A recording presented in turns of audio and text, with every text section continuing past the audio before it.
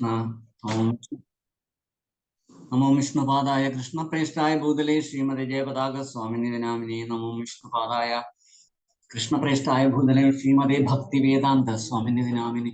നമസ്തേ സരസ്വതി ദേവേ ഗൗരവാണി പ്രചാരിണേ നിർവിശേഷ ശൂന്യവാദി പാശ്ചാത്യദേശധാരിണി. ജയ ശ്രീ കൃഷ്ണ ചൈതന്യ പ്രഭു നിത്യാനന്ദ ശ്രീ അദ്വൈത ഗദാധര ശ്രീവാസാദി ഗൗരഭക്ത വൃന്ദ. ഹരേ കൃഷ്ണ കൃഷ്ണ കൃഷ്ണ ഹരേ ഹരേ, ഹരേ രാമ രാമ രാമ ഹരേ ഹരേ. എല്ലാവർക്കും ശ്രീ ചൈതന്യ ചരിതാമൃതത്തിലേക്ക് സ്വാഗതം. നമുക്ക് ഇന്ന് ചൈതന്യ ചരിതാമൃതത്തിലെ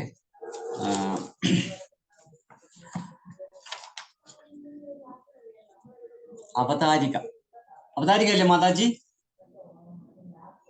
ഹരേ കൃഷ്ണ. അപ്പൊ നമുക്കിന്ന് അവതാരികയാണ് തുടങ്ങുന്നത്. അപ്പൊ അത് നമുക്കൊന്ന് ആദ്യം വായിക്കാം. ശ്രീല കൃഷ്ണദാസ കവിരാജ ഗോസ്വാമി രചിച്ച ഭഗവാൻ ചൈതന്യ മഹാപ്രഭുവിന്റെ ആധികാരിക ജീവചരിത്രമാകുന്ന ചൈതന്യ ചരിതാമൃതത്തെ ആധാരമാക്കി 1967 ഏപ്രിൽ 10, 14 തീയതികളിൽ ന്യൂയോർക്ക് നഗരത്തിലെ അന്താരാഷ്ട്ര കൃഷ്ണാവബോധ സമിതിക്ക് മുമ്പാകെ 5 പ്രഭാത പ്രഭാഷണങ്ങളിലായി അവതരിക്കപ്പെട്ടതാണ്. അപ്പോ ഇത് ശ്രീല കൃഷ്ണദാസ് കവിരാജ് ഗോസ്വാമി അദ്ദേഹമാണ് ചൈതന്യ ചരിതാമൃതം എഴുതിയത്.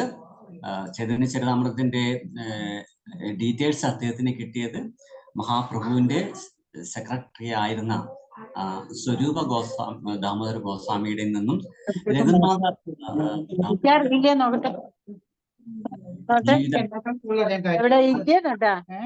ഇതൊന്നും എനിക്ക് അറിയുന്നില്ല. അറിയാഞ്ഞിട്ട് ഇല്ല. അതന്നെ ഞാനും പറഞ്ഞു. ഹരേ കൃഷ്ണ. അപ്പൊ അങ്ങനെ ഭഗവാന്റെ സെക്രട്ടറി ആയിരുന്ന സ്വരൂപ ദാമോദര ഗോസ്വാമിയിൽ നിന്നും പിന്നെ രഘുനാഥ ഗോസ്വാമി, ഭഗവാനോടൊപ്പം ഉണ്ടായിരുന്ന രഘുനാഥനാഥ ഗോസ്വാമിയുടെ അനുഭവങ്ങളിൽ നിന്നും കിട്ടിയ വിവരങ്ങൾ നിത്യാനന്ദ പ്രഭു അദ്ദേഹത്തിന്റെ അടുത്ത് വൃന്ദാവനത്തിലേക്ക് പോകാനും അവിടെ അദ്ദേഹത്തിന് വലിയൊരു നിയോഗം, ചൈതന്യ മഹാപ്രഭുവിന്റെ ജീവചരിത്രം എഴുതാൻ വേണ്ടതായ ഒരു നിയോഗം ഉണ്ട്. അതുകൊണ്ട് അത്രയും വേഗം അങ്ങ് വൃന്ദാവനത്തിലേക്ക് പോകണമെന്ന് പറഞ്ഞത് പ്രകാരം അദ്ദേഹം വൃന്ദാവനത്തിൽ വരികയും അവിടെ ഇദ്ദേഹം രഘുനാഥ ഗോസ്വാമിയെ കാണുകയും അവിടെ ഇരുന്ന് അദ്ദേഹം ചൈതന്യ മഹാപ്രഭുവിന്റെ ജീവചരിത്രം എഴുതുകയാണ് ചെയ്തത്. അങ്ങനെ ഈ ജീവചരിത്രം നമുക്ക് കൃഷ്ണദാസ് കവിരാജ് ഗോസ്വാമി എന്ന മഹാഭക്തനിൽ നിന്ന് നമുക്ക് കിട്ടി. 90 വയസ്സുള്ളപ്പോഴാണ് അദ്ദേഹം ഇത് രചിക്കുന്നത്. അദ്ദേഹം തന്നെ ഭഗവാനോട് പറയുന്നുണ്ട്, എനിക്ക് ഈ പ്രായത്തിൽ കാഴ്ച ബുദ്ധിമുട്ടുണ്ട്, കേൾക്കാനുള്ള ബുദ്ധിമുട്ടുണ്ട്, എങ്ങനെ എനിക്ക് ഇത് എഴുതാൻ പറ്റുമെന്ന് എനിക്കറിയില്ല, പക്ഷെ ഭഗവാൻ എന്നെ കൊണ്ട് ഇത് ചെയ്യിക്കുന്നു, അത് വലിയൊരു അത്ഭുതമാണെന്ന് അദ്ദേഹം പറയുന്നു. അങ്ങനെ അദ്ദേഹം രചിച്ചതാണ് ഈ ചൈതന്യ ചരിതാമൃതം. അദ്ദേഹത്തിന്റെ കാരുണ്യം കൊണ്ട് നമുക്ക് ഭഗവാന്റെ ജീവചരിത്രം നമുക്ക് വായിക്കാനും മനസ്സിലാക്കാനും ഒക്കെ പറ്റി. ഈ ജീവചരിത്രത്തെ കൃഷ്ണദാസ് കവിരാജ ഗോസ്വാമി എഴുതിയ മഹാപ്രഭുവിന്റെ ആധികാരികമായ ജീവചരിത്രത്തെ ശ്രീല പ്രഭുപാദർ 1967 ഏപ്രിൽ 10, 14 തീയതികളിൽ ന്യൂയോർക്കിലെ അന്താരാഷ്ട്ര കൃഷ്ണാവബോധ സമിതിക്ക് മുമ്പാകെ 5 പ്രഭാത പ്രഭാഷണങ്ങളിൽ, രാവിലെയുള്ള പ്രഭാഷണങ്ങളിലായിട്ട് ലഭിച്ചതാണ് നമുക്ക് ഈ സംഭവം മൊത്തം. എന്തായാലും ചൈതന്യം എന്ന വാക്കിന്റെ അർത്ഥം ജീവശക്തി എന്നും, ചരിതം എന്നാൽ സ്വഭാവം എന്നും, അമൃതം എന്നാൽ മരണമില്ലാത്തതെന്നും ആണ് അർത്ഥം. ചൈതന്യം എന്ന വാക്കിന്റെ അർത്ഥം ജീവശക്തി എന്നാണ്. ചരിതം എന്നാൽ സ്വഭാവം എന്നും, അമൃതം എന്നാൽ മരണമില്ലാത്തത്, ശാശ്വതമായിട്ടുള്ളത്, നിത്യം ആയിട്ടുള്ളത് എന്ന രീതിയാണ് നമ്മൾ മനസ്സിലാക്കേണ്ടത്. ജീവസത്തകൾ എന്ന നിലയിൽ നമുക്ക് ചലിക്കാൻ കഴിയുന്നു, പക്ഷേ ഒരു മേശയ്ക്ക് ചലിക്കാൻ കഴിയില്ല, കാരണം അതിന് ജീവശക്തിയില്ല. ചലനവും ക്രിയാശീലതയും ജീവശക്തിയുടെ അടയാളമായി നമുക്ക് കരുതാവുന്നതാണ്. ജീവശക്തി ഇല്ലാതെ ഒരു പ്രവൃത്തിയും സംഭവിക്കില്ലെന്ന് നമുക്ക് ഉറപ്പിച്ച് പറയാനാവും. അപ്പോൾ അതാണ് ചലിക്കുന്ന അതായിട്ടുള്ള ജീവശക്തിയും ചലിക്കാത്തതായിട്ടുള്ള ജഡവസ്തുക്കളും തമ്മിലുള്ള വ്യത്യാസം. അപ്പൊ ഭഗവാന്റെ അംശമായതുകൊണ്ട് തന്നെ നമ്മൾ ഒരു ഭഗവാന്റെ പാർട്ട് ആൻഡ് പാർട്സ് ആണ്. അത് ജീവാത്മാവ് എന്ന പേരിൽ അറിയപ്പെടുന്നു, ഭഗവാനെ പരമാത്മാവായിട്ടും അറിയപ്പെടുന്നു. ഭഗവാന്റെ എല്ലാ ഗുണങ്ങളും നമുക്കുണ്ട് ഒരു ജീവാത്മാവ് എന്നുള്ള നിലയിൽ. പക്ഷെ ഒരിക്കലും നമ്മൾ ഒരിക്കലും ഭഗവാനാകില്ല. കാരണം കടലിലെ വെള്ളവും, ഒരു ഗ്ലാസ് വെള്ളം കൊണ്ടുവന്നിട്ട് നമ്മൾ കടലിനെ കൊണ്ടുവന്നു എന്ന് പറയില്ല. കാരണം കടലെന്ന് പറയുന്നത് നമുക്ക് ചിന്തിക്കാൻ പോലും പറ്റാത്ത ഒരു വല്ലാത്തൊരു അവസ്ഥയാണ്. കാരണം ഈ ഭൂമിയുടെ 4/3 കടലാണ്. അപ്പൊ അത്ര വിശാലമാണ് കടൽ എന്ന് പറയുന്നത്. അന്ന് മാത്രമല്ല, കടലിന്റെ ആഴമായിക്കോട്ടെ, കടലിലെ ജീവജാലങ്ങളായിക്കോട്ടെ, കടലിന്റെ ഓരോ സ്വഭാവം, വേലിയേറ്റം വേലിയിറക്കം പോലെയുള്ള മറ്റ് ഗ്രഹങ്ങളുമായിട്ട് ബന്ധപ്പെട്ടുള്ള ചലനങ്ങൾ, ഇതെല്ലാം വളരെ വലുതാണ്. അതുകൊണ്ട് തന്നെ നമുക്ക് ഒരിക്കലും കടലിലെ വെള്ളത്തിനെ കടലെന്ന് പറയാൻ പറ്റില്ല. അതിലുള്ള ജീവജാലങ്ങളുടെ എണ്ണം ഇതൊന്നും നമുക്ക് അളക്കാൻ പറ്റത്തില്ല. അപ്പൊ അതുപോലെ ഭഗവാനായിട്ടുള്ള പരമാത്മാവും ജീവാത്മാക്കളായ നമ്മളും രണ്ടുപേരും ഗുണത്തിൽ ഒരുപോലെയാണെങ്കിലും ക്വാണ്ടിറ്റിയിൽ, അളവിൽ വ്യത്യസ്തരാണ്. അപ്പോൾ ഇവിടെ ജീവശക്തിയെ പറ്റിയാണ് പറയുന്നത്. ജീവശക്തി എന്ന് പറയുന്നത് ചൈതന്യമാണ്. അത് നിത്യം ശാശ്വതമായിട്ടുള്ളതാണ്. അതിന് മരണമില്ലാത്തതാണ്. ശരീരത്തിനാണ് നമുക്ക് മരണമുള്ളത്. ഒത്തിരി ശരീരങ്ങൾ തന്നെ വ്യത്യസ്തങ്ങളായിട്ടുള്ള ശരീരങ്ങളുണ്ട്. നമ്മുടെ ഈ ശരീരം എന്ന് പറയുന്നത് പഞ്ചഭൂത നിർമ്മിതമായിട്ടുള്ള സ്ഥൂല ശരീരം. അതിനുശേഷം മരണത്തോടു കൂടി നമുക്ക് സൂക്ഷ്മ ശരീരം, മനസ്സ്, ബുദ്ധി, അഹങ്കാരത്തോടു കൂടിയ സൂക്ഷ്മ ശരീരം. അതിനുശേഷം നമുക്ക് മരണത്തിന് ശേഷം പുത്രന്മാർ ചെയ്യുന്ന പിണ്ടബലിയോടുകൂടി നമുക്ക് പിണ്ട ശരീരം കിട്ടുന്നു. അത് കഴിഞ്ഞിട്ട് പുണ്യവാന്മാർ അവരെ പുണ്യഫലങ്ങൾ അനുഭവിക്കാൻ വേണ്ടി സ്വർഗീയ ലോകങ്ങളിലേക്ക് പോകുമ്പോൾ, പാപം ചെയ്തവര് അവരുടെ പാപത്തിന്റെ ഫലം അനുഭവിക്കാനായിട്ട് 28ഓളം നരകങ്ങളിൽ വ്യത്യസ്തങ്ങളായിട്ടുള്ള പാപകർമ്മങ്ങൾക്കുള്ള ശിക്ഷ എന്ന വണ്ണം ഉള്ള കുറ്റങ്ങൾക്ക്, ഓരോ കുറ്റത്തിനും ഓരോ ശിക്ഷ അവിടെ വിധിക്കുന്നു. ആ കുറ്റത്തിനനുസരിച്ചുള്ള ശരീരം എന്ന് പറഞ്ഞാൽ അവിടുത്തെ ഈ കുറ്റത്തിന് അനുഭവിക്കാൻ വേണ്ടതായിട്ടുള്ള ഒരു യാതന ശരീരം നമുക്ക് അവിടെ കിട്ടും. അപ്പോൾ ഇവിടെ സ്ഥൂല ശരീരമായി, അത് കഴിഞ്ഞ് സൂക്ഷ്മ ശരീരമായി, അത് കഴിഞ്ഞ് പിണ്ട ശരീരമായി, അത് കഴിഞ്ഞ് നരകത്തില് യാതന ശരീരം എന്ന് പറയുന്ന ഒരു ശരീരം കിട്ടും. അത് കഴിഞ്ഞ് നമ്മൾ ചെയ്തിട്ടുള്ള കുറ്റത്തിന്റെ കാലാവധി എത്ര കാലം നമുക്ക് അനുഭവിക്കണമെന്ന് ഉണ്ടാവും. അത് കഴിഞ്ഞാൽ പിന്നെ നമുക്ക് ആ യാതന ശരീരത്തിൽ നിന്നും തിരിച്ച് പിതൃശരീരത്തിലേക്ക് പോകും. അങ്ങനെ പിതൃലോകത്ത് നമ്മൾ ഉണ്ടാവും. അവിടെ ചിലപ്പോൾ നമ്മുടെ പിതൃക്കളൊന്നും മോക്ഷം കിട്ടി പോയില്ലെങ്കിൽ നമുക്ക് അവിടെ അവരെയൊക്കെ കാണാൻ പറ്റും, നമ്മുടെ പൂർവികരെ. ഇല്ലെങ്കിൽ അവരുണ്ടാവില്ല. അവരുടെ ആ ഭാഗത്ത് നമ്മൾ ആ പിതൃലോകത്ത് ആ നീണ്ട ക്യൂവിൽ അടുത്തൊരു ശരീരം സ്വീകരിക്കുന്നതിന് ആവശ്യമായിട്ടുള്ള ഒരു പുതിയ ഭൗതിക ശരീരം കിട്ടാനായിട്ട് നമ്മൾ ആ പിതൃലോകത്തുള്ള നീണ്ട ക്യൂവിന്റെ അവസാനമായിട്ട് നിൽക്കും. നമ്മുടെ ഈ കഴിഞ്ഞ ജന്മത്തിൽ നമ്മൾ ചെയ്തു കൂട്ടിയിട്ടുള്ള പാപവും പുണ്യവും, അല്ലെങ്കിൽ നമ്മൾ ആരോടൊക്കെ എന്തൊക്കെ കടപ്പാടുകളുണ്ട്, എന്തൊക്കെ കുറ്റങ്ങൾ ചെയ്തിട്ടുണ്ട്, എന്തൊക്കെ ആരെയൊക്കെ നമ്മൾ ദ്രോഹിച്ചിട്ടുണ്ട്, അപ്പൊ അതൊക്കെ തിരിച്ചനുഭവിക്കാനായിട്ട് നമ്മളും അവരും ജനിക്കണം. അപ്പൊ ഒരു കോഴിയെ കൊന്നിട്ടുണ്ടെങ്കിൽ തീർച്ചയായിട്ടും ആ കോഴി അടുത്ത ജന്മത്തിൽ നമ്മളെ കൊല്ലാനായിട്ട്, നമ്മൾ കോഴിയാവും, അയാൾ മനുഷ്യനാവും. അതുപോലെ പശു ആയിക്കോട്ടെ, എന്തായിക്കോട്ടെ, ഏത് കർമ്മത്തിനും പ്രതിപ്രവർത്തനമുണ്ട്. അപ്പൊ ആ കർമ്മ ഫലങ്ങൾ അനുഭവിക്കാനായിട്ട് നമ്മൾ വീണ്ടും ഭൗതിക ലോകത്തേക്ക് വരാൻ ഒരു സ്ഥൂല ശരീരം ആവശ്യമാണ്.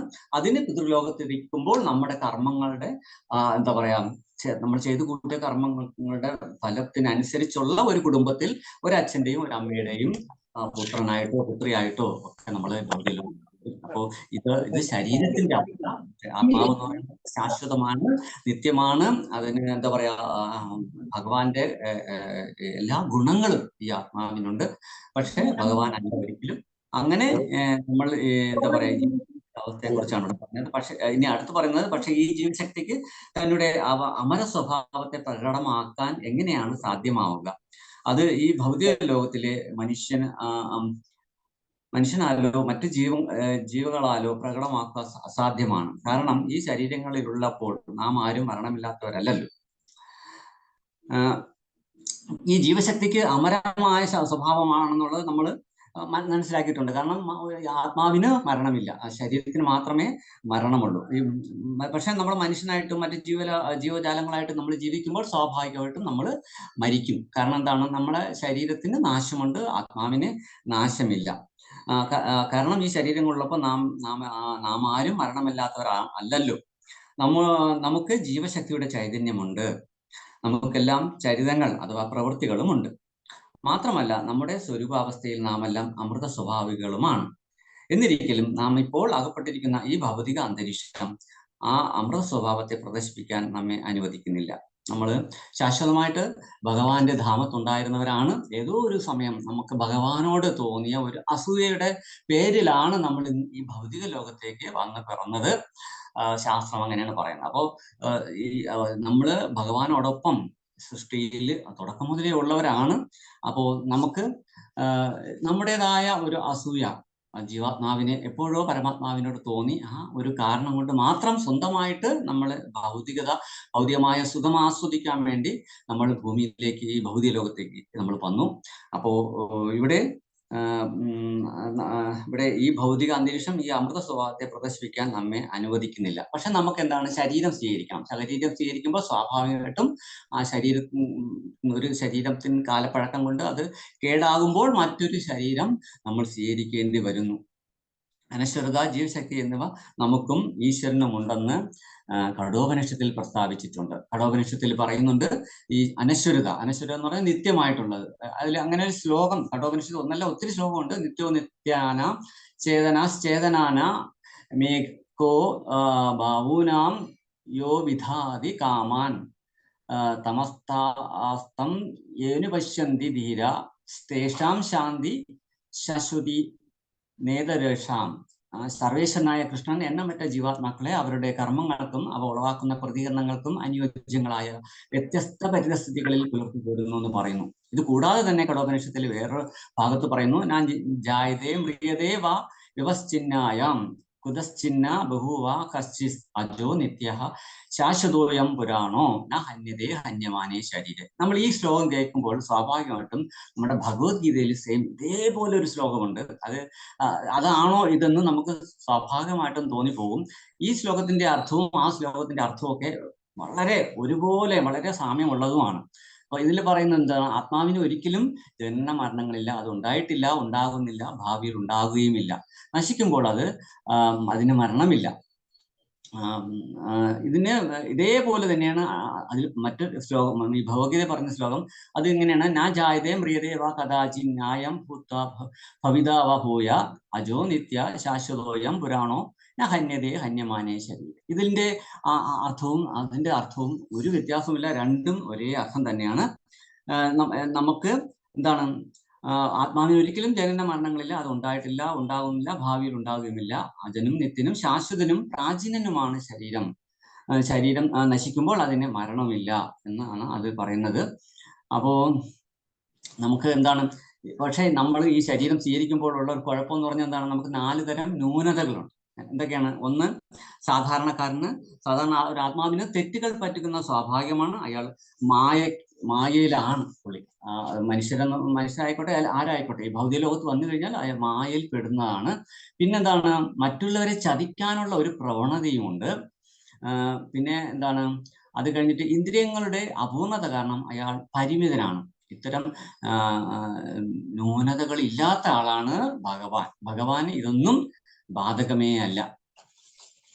ഇനി എന്താ പറയുന്ന,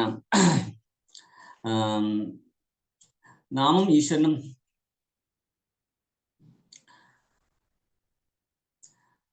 കഠോപനിഷത്ത് പ്രസ്താവിച്ചിട്ടുണ്ട്. ഈശ്വരനും നാമും ശാശ്വതങ്ങളാണെന്ന ഈ പ്രസ്താവന ശരിയാണെങ്കിലും നമ്മൾ തമ്മിൽ ഒരു വ്യത്യാസമുണ്ട്. ജീവസത്തകൾ എന്ന നിലയിൽ നാം അനേകം പ്രവൃത്തികൾ ചെയ്യുന്നു. പക്ഷേ നമുക്ക് ഭൗതിക പ്രകൃതിയിലേക്ക് അധപ്പതിക്കുവാനുള്ള പ്രവണതയുണ്ട്.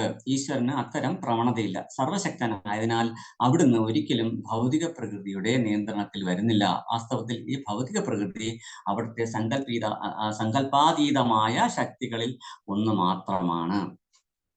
അപ്പോ സൃഷ്ടിയുടെ എന്താ പറയാ, 4-ൽ 3 ആത്മീയ ലോകങ്ങളാണ് നമ്മൾ പറഞ്ഞു. എത്രയോ പ്രപഞ്ചങ്ങൾ നമ്മുടെ ഈ സൃഷ്ടി തന്നെ ഉണ്ട്. അതില് ക്ഷീരപഥം അല്ലെങ്കിൽ മിൽക്കി വേ എന്നറിയപ്പെടുന്ന നമ്മുടെ സൗരയൂഥവും അതിൽ തന്നെ ധാരാളം ഗ്രഹങ്ങള്, പല ഗ്രഹങ്ങള്, ഉപഗ്രഹങ്ങള്, അതിൽ ഭൂമിയിൽ പല ഭൂഖണ്ഡങ്ങൾ, അതില് ഒരു രാജ്യം, അതിലൊരു സംസ്ഥാനം, അതിലൊരു ചെറിയ കേരളം, ഇങ്ങനെ അതിൽ തിരുവനന്തപുരം അല്ലെങ്കിൽ അതിലൊരു ചെറിയൊരു അണുവാണ് നമ്മള്. പക്ഷേ ഭഗവാനാണെന്നുണ്ടെങ്കിലോ ഈ എല്ലാ സൃഷ്ടികളുടെയും പ്രഭവം ഭഗവാനിൽ നിന്നാണ്. അപ്പം ഭഗവാന്റെ ആ ഒരു അളവ് നമുക്കൊരിക്കലും ചിന്തിച്ചാൽ മനസ്സിലാകുന്നതേ അല്ല.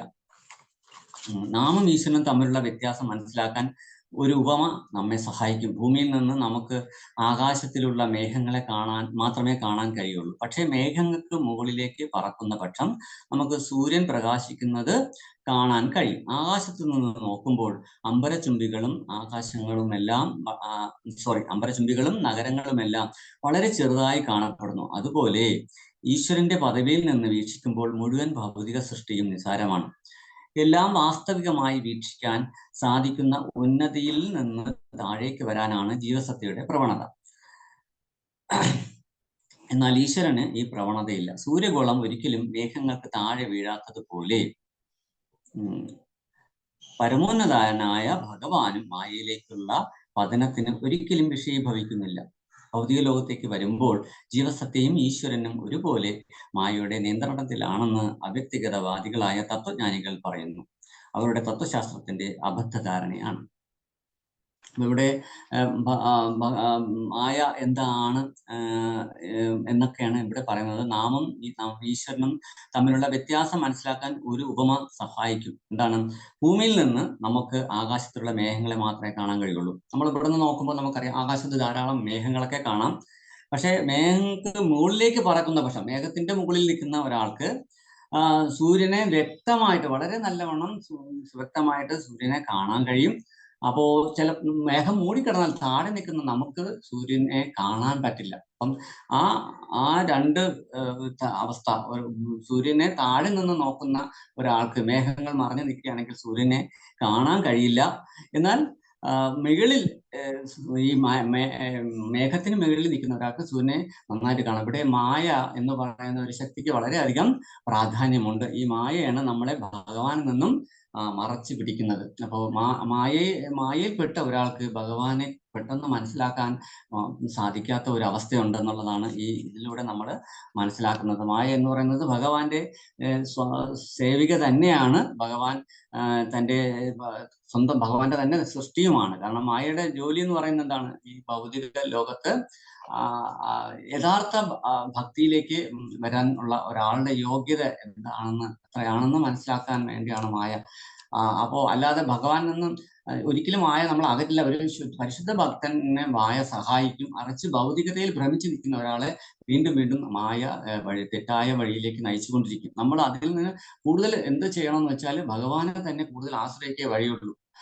ഭഗവാൻ പറയുന്നുണ്ട്, ദേവേശ ഗുണമയി മമമായ ദുരത്തയ മമേവ പ്രപദ്യന്തി മായാ തേതാം തരന്തിത്തെ. 7-ാം അധ്യായത്തിൽ 14-ാമത്തെ ശ്ലോകത്തിൽ ഇങ്ങനെ പറയുന്നു, 3 പ്രകൃതികൾ അടങ്ങിയ എന്റെ ദിവ്യ ശക്തിയെ, സത്വം രജസ് തമോ 3 ഗുണങ്ങളാണ് ഈ ശക്തിക്ക് അടങ്ങിയിരിക്കുന്നത്. ഈ ശക്തിയെ അതിജീവിക്കുക എളുപ്പമല്ല. എന്നാൽ എനിക്കായി സ്വയം സമർപ്പിക്കുന്നവർക്ക് അത് നിഷ്പ്രയാസം സാധിക്കും. അപ്പൊ മായ വളരെ ശക്തിയുള്ള ഒരു സംഭവമാണ്. പക്ഷേ ഭഗവാനെ പൂർണ്ണമായിട്ടും ശരണം പ്രാപിച്ച് ഭഗവാന്റെ ഭക്തിയുടെ ഭഗവത് സേവനത്തിൽ ഏർപ്പെടുന്ന ഒരാളെ സംബന്ധിച്ചിടത്തോളം മായ അധികം ശല്യം ചെയ്യില്ല. മായ നമ്മളെ സഹായിക്കും, ഭക്തിയിൽ പുരോഗമിക്കാൻ സഹായിക്കും. നമ്മുടെ എത്രത്തോളം ആത്മാർത്ഥതയുണ്ട് എന്ന് ടെസ്റ്റ് ചെയ്യലാണ് മായയുടെ ഒരു പ്രധാന ജോലി. പിന്നെ ഭൗതികതയിൽ ഭ്രമിച്ചു നിൽക്കുന്നവർക്ക് മായ അവരെ വീണ്ടും വഴിതെറ്റിച്ചുകൊണ്ടിരിക്കും. അവർക്ക് താല്പര്യമില്ല. അവർക്ക് ഇതൊക്കെ ഈ പറഞ്ഞ വേദങ്ങളും ശാസ്ത്രങ്ങളും പുരാണങ്ങളും ഗുരുക്കന്മാരും ആചാര്യന്മാരും എല്ലാം തന്നിട്ടും കൊടുത്തിട്ടും അവർക്ക് ഒരിക്കലും ഭഗവാന്റെ അരികിലേക്ക് തിരികെ വരണമെന്ന് ആഗ്രഹമില്ലാത്ത അങ്ങനെയുള്ള ആൾക്കാരെ മായ വഴിതെറ്റിക്കും. അല്ലാത്തവരെ മായ എല്ലാ രീതിയിലും സഹായിക്കും. മനസ്സിലായി? മായയ്ക്ക് നമ്മെ കുരുക്കിലാക്കാനായിട്ട് ധാരാളം മാർഗങ്ങളുണ്ട്. അതിന്റെ ഏറ്റവും ശക്തമായ ആയുധത്തെ കുറിച്ചാണ് ഇനി പറയുന്നത്. അതുകൊണ്ട് ഭഗവാൻ ചൈതന്യ മഹാപ്രഭുവിനെ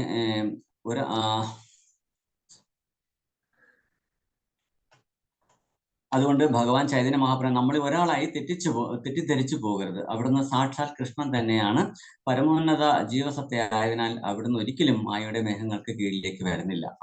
ചൈതന്യ മഹാപ്രഭുവിനെ സാധാരണ ഒരു മനുഷ്യനായിട്ട് നമ്മളിവിടെ കാണാൻ തെറ്റിദ്ധരിച്ചു പോകരുത് എന്ന് പറയുന്നുണ്ട്. ചൈതന്യ മഹാപ്രഭു സാക്ഷാൽ ശ്രീകൃഷ്ണൻ തന്നെയാണ്. നമ്മൾ തുടക്കത്തിൽ പറഞ്ഞു ധാരാളം എല്ലാ പുരാണങ്ങളിലും എല്ലാ ശാസ്ത്രങ്ങളിലും ചൈതന്യ മഹാപ്രഭുവിനെ കുറിച്ച് പ്രതിപാദിക്കുന്നുണ്ട്. സംസ്കൃത ശ്ലോകങ്ങൾ തന്നെ എല്ലാ പുരാണങ്ങളിലും, എല്ലാ ചാന്ദ്രികോപനിഷത്ത്, മഹാഭാരതം, പിന്നെന്താണ് ദേവി പുരാണം, സ്കന്ദപുരാണം,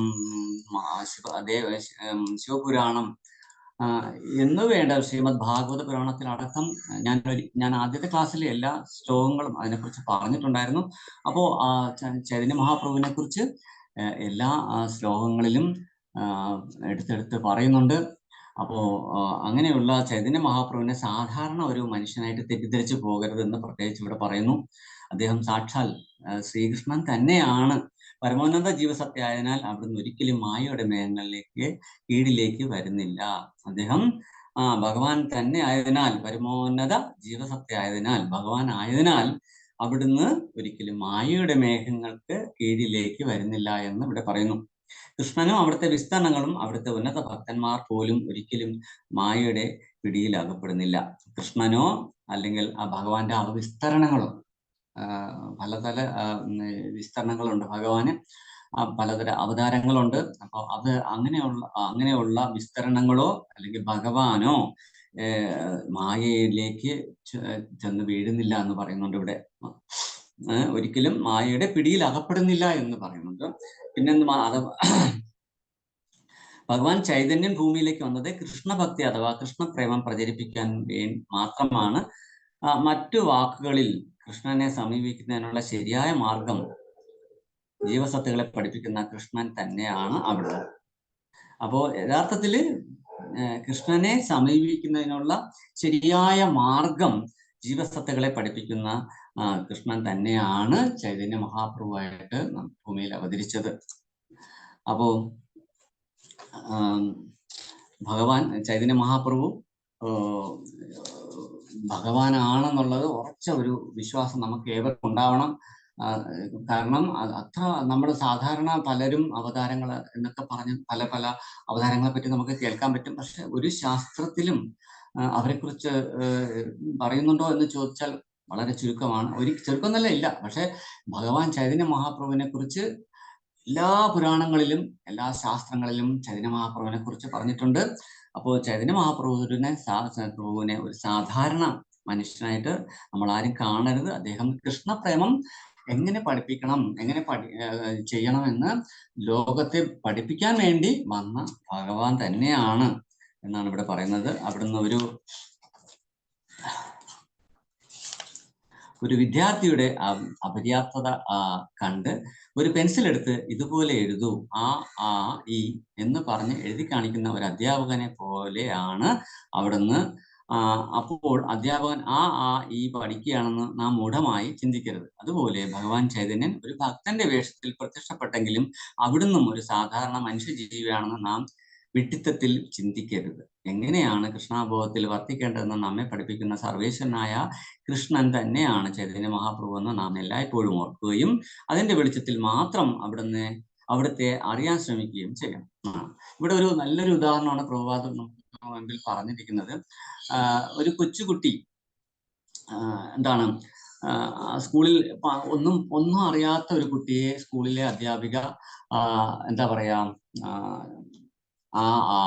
ഈ എന്നൊക്കെ പറഞ്ഞ് എഴുതി പഠിപ്പിക്കാറുണ്ട്. പക്ഷെ അത് കണ്ടിട്ട് അധ്യാപകയ്ക്ക് ഇതൊന്നും അറിയില്ല, അധ്യാപിക ഇതൊക്കെ പഠിക്കുകയാണോ അല്ലെങ്കിൽ എന്ന് നമ്മൾ തെറ്റിദ്ധരിക്കാൻ പാടില്ല. ചൈതന്യ മഹാപ്രഭു ഭക്തരൂപേണ രാധാഭാവത്തിൽ കൃഷ്ണൻ തന്നെയാണ് ഭൂമിയിലേക്ക് വന്നത്. അദ്ദേഹത്തെ കുറിച്ച് ദേവി എല്ലാ പുരാണങ്ങളിലും പറഞ്ഞിട്ടുണ്ട്. പിന്നെ എന്താണ്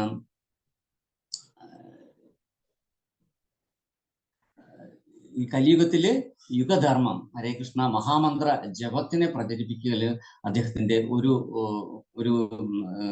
വന്നതിന്റെ ഒരു ഉദ്ദേശം അത് ഉണ്ടായിരുന്നു. ഇങ്ങനെ ചൈതന്യ മഹാപ്രഭുവിന് ഈ കലിയുഗ ധർമ്മമായ ഹരേ കൃഷ്ണ മഹാമന്ത്രം പ്രചരിപ്പിക്കല്, പിന്നെ ഒരു ഭക്തൻ എങ്ങനെ ഭഗവാനെ ശരണം പ്രാപിക്കണം എന്ന് കാണിച്ചു തരല്, പിന്നെ കലിയുഗത്തില് ശാക്തേയ ഭാവം, ഭദ്രകാളിയൊക്കെ എന്താ പറയാ, ഈ മറ്റു മൃഗങ്ങളെയൊക്കെ ബലി അർപ്പിച്ചുകൊണ്ട് പൂജ ചെയ്യുന്ന ഒരു ആരാധന രീതി ഈ കലിയുഗത്തിന്റെ ആരംഭത്തിൽ ഉണ്ടായിരുന്നു. അപ്പോൾ വളരെ ക്രൂരവും നീചവും ആയിട്ടുള്ള ആ പൂജാവിധികളെ ഈ ജനങ്ങൾ മുഴുകിയ സമയത്ത് അദ്വൈതാചാര്യ എന്താ പറയാ മനസ്സുരുകി പ്രാർത്ഥിച്ചതും എന്റെ ഫലമായിട്ട് എല്ലാവരെയും നേർവഴിക്ക് നയിക്കാൻ കൂടിയാണ് അദ്ദേഹം കലിയുഗത്തിൽ അവതരിച്ചത്. പിന്നെ കൂടാതെ ഒരു ഉദ്ദേശം എന്ന് പറഞ്ഞത് ഭഗവത്ഗീതയും മറ്റു കാര്യങ്ങളെല്ലാം നമുക്ക് തന്നിട്ടും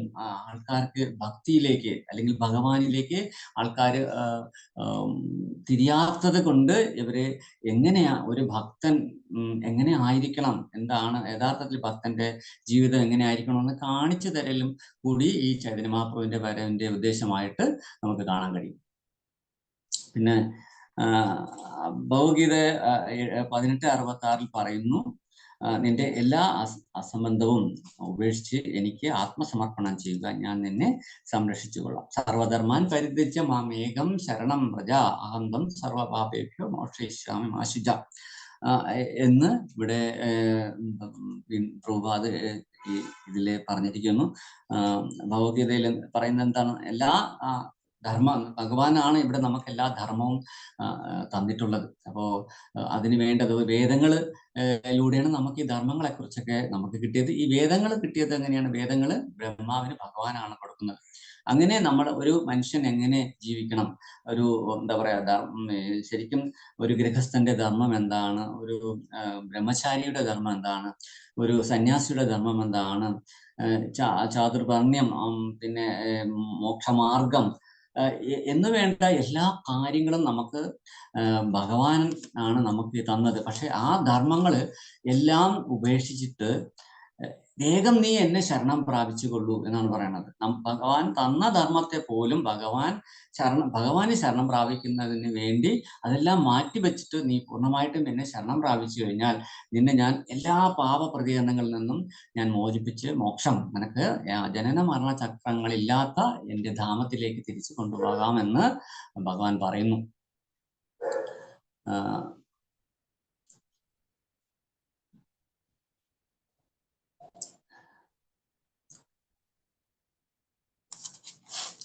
അടുത്തത് എന്താ പറയാ, നാം പറയുന്നു ആത്മസമർപ്പണമോ, പക്ഷേ എനിക്ക് ധാരാളം ഉത്തരവാദിത്തങ്ങളുണ്ട്. നമുക്കിതൊക്കെ പറഞ്ഞാലും ആത്മസമർപ്പണം, ഇവിടെ ആത്മസമർപ്പണത്തിന് വളരെയധികം പ്രാധാന്യമാണ് കൊടുക്കുന്നത്. ആത്മസമർപ്പണം ചെയ്യുന്നവരുടെ സകല പാപങ്ങളും ഞാൻ മാറ്റാമെന്നാണ് ഭഗവാൻ പറയുന്നത്. ആത്മസമർപ്പണം, പക്ഷെ ആത്മസമർപ്പണത്തെ കുറിച്ച് പറയുമ്പോൾ നമ്മൾ എന്താ പറയാ, എനിക്ക് ധാരാളം ഉത്തരവാദിത്തങ്ങളുണ്ട്, എനിക്ക് ഭാര്യ ഉണ്ട്, മക്കളുണ്ട്, കുടുംബമുണ്ട്, അല്ലെങ്കിൽ ഞാനൊരു ഒരു സ്ഥാപനത്തിൽ വർക്ക് ചെയ്യുന്നു, ആ സ്ഥാപനത്തിനോട് ഒരു കടപ്പാടുണ്ട്, എനിക്ക് ചെയ്തു കൂട്ടാൻ ഒത്തിരി കാര്യങ്ങളുണ്ട്. അപ്പോൾ അതൊക്കെ ചെയ്തിട്ട് ചെയ്യാൻ പറ്റുന്നതാണെങ്കിൽ ചെയ്യാമെന്നുള്ള രീതിയിലാണ് നമ്മൾ ചിന്തിക്കുന്നത്. പക്ഷെ അങ്ങനെയല്ല. ആത്മസമർപ്പണം എന്ന് പറയുമ്പോൾ പൂർണ്ണമായിട്ടും ഭഗവാനെ ഭഗവാൻ എല്ലാ കാര്യങ്ങളും നമ്മൾ ഭഗവാനെ ബന്ധപ്പെടുത്തി ചെയ്യുക എന്നുള്ളതാണ്. നമ്മളിപ്പോൾ എല്ലാം ഇട്ടിറങ്ങിട്ട് കാട്ടിലേക്ക് പോകാനോ അല്ലെങ്കിൽ ഹിമാലയത്തിൽ ചെന്നിരിക്കാനോ അല്ല ഭഗവാൻ പറയുന്നത്. നിങ്ങൾ ചെയ്യുന്നതിനെ കൃഷ്ണനെ സെന്ററിൽ നിർത്തിക്കൊണ്ട്, ഭഗവാനെ നടുക്ക് നിർത്തിക്കൊണ്ട് ചെയ്യുക, എല്ലാം കൃഷ്ണനുമായിട്ട് ബന്ധപ്പെടുത്തിക്കൊണ്ട് ചെയ്യുക. അല്ലാതെ ഇപ്പൊ തപസ്സിരിക്കുന്നതോ അല്ലെങ്കിൽ ആഹാരങ്ങളൊക്കെ നിയന്ത്രിച്ച് കാട്ടിലേക്ക് പോകുന്നതൊന്നും അല്ല. ഇവിടെ ഭക്തി എന്ന് പറഞ്ഞാൽ ഏറ്റവും ലളിതവും സുന്ദരവും വളരെ എന്താ പറയാ രസകരവും സന്തോഷകരവുമായിട്ടുള്ള ഒരു കാര്യമാണ് ഭക്തി പ്രാക്ടീസ് ചെയ്യുക എന്ന് പറയുന്നത്. ഇവിടെ ഒന്നും നമ്മൾ ഉപേക്ഷിക്കുന്നില്ല, പക്ഷെ നമ്മൾ എല്ലാത്തിലും ഭഗവാനെയും കൂടി കൊണ്ടുവരികയാണ് ചെയ്യുന്നത്. അപ്പോൾ അങ്ങനെ ഭഗവാനെ വേണ്ടി എന്നുള്ള രീതിയിലേക്ക് നമ്മുടെ ജീവിതത്തെ ചിട്ടപ്പെടുത്തി എടുക്കുമ്പോഴേക്കും അവിടെ ആത്മസമർപ്പണം വരുന്നു. അങ്ങനെ ആത്മസമർപ്പണം വരുമ്പോൾ ശരിക്കും നമ്മൾ എല്ലാ പാപങ്ങളും ഭഗവാൻ മാറ്റിത്തരുമെന്നാണ് പറയുന്നത്. ശരിക്കും ഒരു ഭക്തനാകാൻ ശരിക്കും ഈ പറയുന്ന കർമ്മങ്ങളെല്ലാം മാറി പരിശുദ്ധനാകുമ്പോഴാണ് ഒരു ഭക്തനാകുന്നതെന്ന് 8-ാം അധ്യായത്തിൽ പറയുന്നുണ്ട്. പക്ഷെ ഇവിടെ ഭഗവാൻ പറയുന്നത് എന്താണ്? ആത്മസമർപ്പണം ചെയ്തു കഴിഞ്ഞാൽ അങ്ങനെ ഒരു യോഗ്യത പോലും വരുന്നില്ല. നമ്മൾ അഡ്വാൻസ് ആയിട്ട് തന്നെ നമുക്ക് ഈ ഭക്തിയും തിരിച്ച് ഭഗവാന്റെ അടുത്തേക്ക് തിരിച്ചു പോകലും ഒക്കെ സാധ്യമാകും എന്നാണ് ഇവിടെ പറയുന്നത്. പിന്നെന്താണ്? അപ്പോൾ നമ്മോട് മായ പറയുന്നു, അത് ചെയ്യരുത്, നീ എൻ്റെ കുരുക്കുകളിൽ നിന്നും പുറത്താകും, നീ എൻ്റെ കുരുക്കുകളിൽ തുടരുക, നിന്നെ ഞാൻ തൊഴിക്കാം. അപ്പോൾ ഈ സമയത്ത് നമ്മൾ സ്വയം ആൾറെഡി നമ്മുടെ ഉള്ളിൽ ഇങ്ങനെ ഒരു ചിന്തയുണ്ട്, നമ്മളിപ്പോ ആത്മസമർപ്പണം ചെയ്യാൻ പറ്റുന്ന ഒരു സാഹചര്യം അല്ലല്ലോ എന്ന് പറയുമ്പോൾ പെട്ടെന്ന് നമ്മുടെ മായ ഉടനെ അതിൽ കയറി ഇടപെടും. മായ പറയും, നീ അങ്ങനെയൊക്കെ പറയും പലരും, അതൊന്നും കേട്ട് അങ്ങോട്ടും ഇങ്ങോട്ടൊന്നും പൊക്കളരുത്, നീ എൻ്റെ കൂടെ നിൽക്ക്, നിന്നെ ഞാൻ ഇടയ്ക്കിടയ്ക്ക് ഓരോ തൊഴി തന്നുകൊണ്ടിരിക്കാം, നീ എൻ്റെ കുരുക്കളിൽ ഇങ്ങനെ കുരുങ്ങി കിടക്കണം, നീ ഒരിക്കലും രക്ഷപ്പെട്ട് പോകരുത്, നിന്നെ ഞാൻ ഇടയ്ക്കിടയ്ക്ക് ഓരോ തൊഴികൾ തന്നുകൊണ്ടേയിരിക്കാം എന്ന് പറയുന്നു മായ.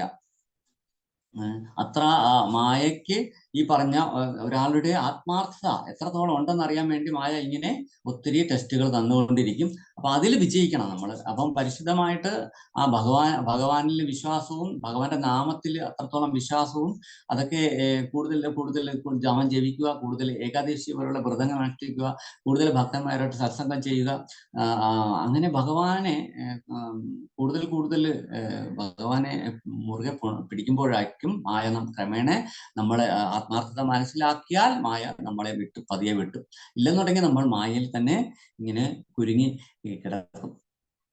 അപ്പോ എല്ലാ ധർമ്മങ്ങളും ഉപേക്ഷിച്ച് എന്നെ ശരണം പ്രാപിച്ചു കഴിഞ്ഞാൽ പാപപ്രതികരണങ്ങളിൽ നിന്നും നിന്നെ മോചിപ്പിച്ച് നിനക്ക് മോക്ഷം തരാം എന്ന് പറയുന്നുണ്ട്. ആത്മാർപ്പണം ചെയ്ത തന്നെ പാപപ്രതികരണങ്ങൾ നശിച്ചു കൊള്ളും എന്ന് മാത്രമല്ല, ഈ നമ്മൾ ഏത് പുരാണങ്ങൾ ഏത് ശാസ്ത്രങ്ങൾ എടുത്തുകൊള്ളൂ, ഒരു പുരാണങ്ങളിലും ഒരു ശാസ്ത്രങ്ങളിലും ഒരു ദേവീ ദേവന്മാരും ഇങ്ങനെ ഒരു വാചകം പറഞ്ഞിട്ടില്ല. എങ്ങനെ? സർവധർമ്മം പരിത്യജ്യ മാം ഏകം ശരണം വ്രജ അഹന്തം സർവപാപേഭ്യോ മോക്ഷയിഷ്യാമി മാശുജ എന്ന ഒരു വാക്ക് ഒരു ദേവീ ദേവന്മാർ പറഞ്ഞിട്ടില്ല. എല്ലാം ഉപേക്ഷിച്ച് എന്നെ ശരണം പ്രാപിച്ചു നിന്നെ ഞാൻ പാപപ്രതികളെന്ന് മാറ്റി നിനക്ക് മോക്ഷം തരാമെന്ന് ഒരു ദേവീ ദേവന്മാരും പറയുന്നില്ല.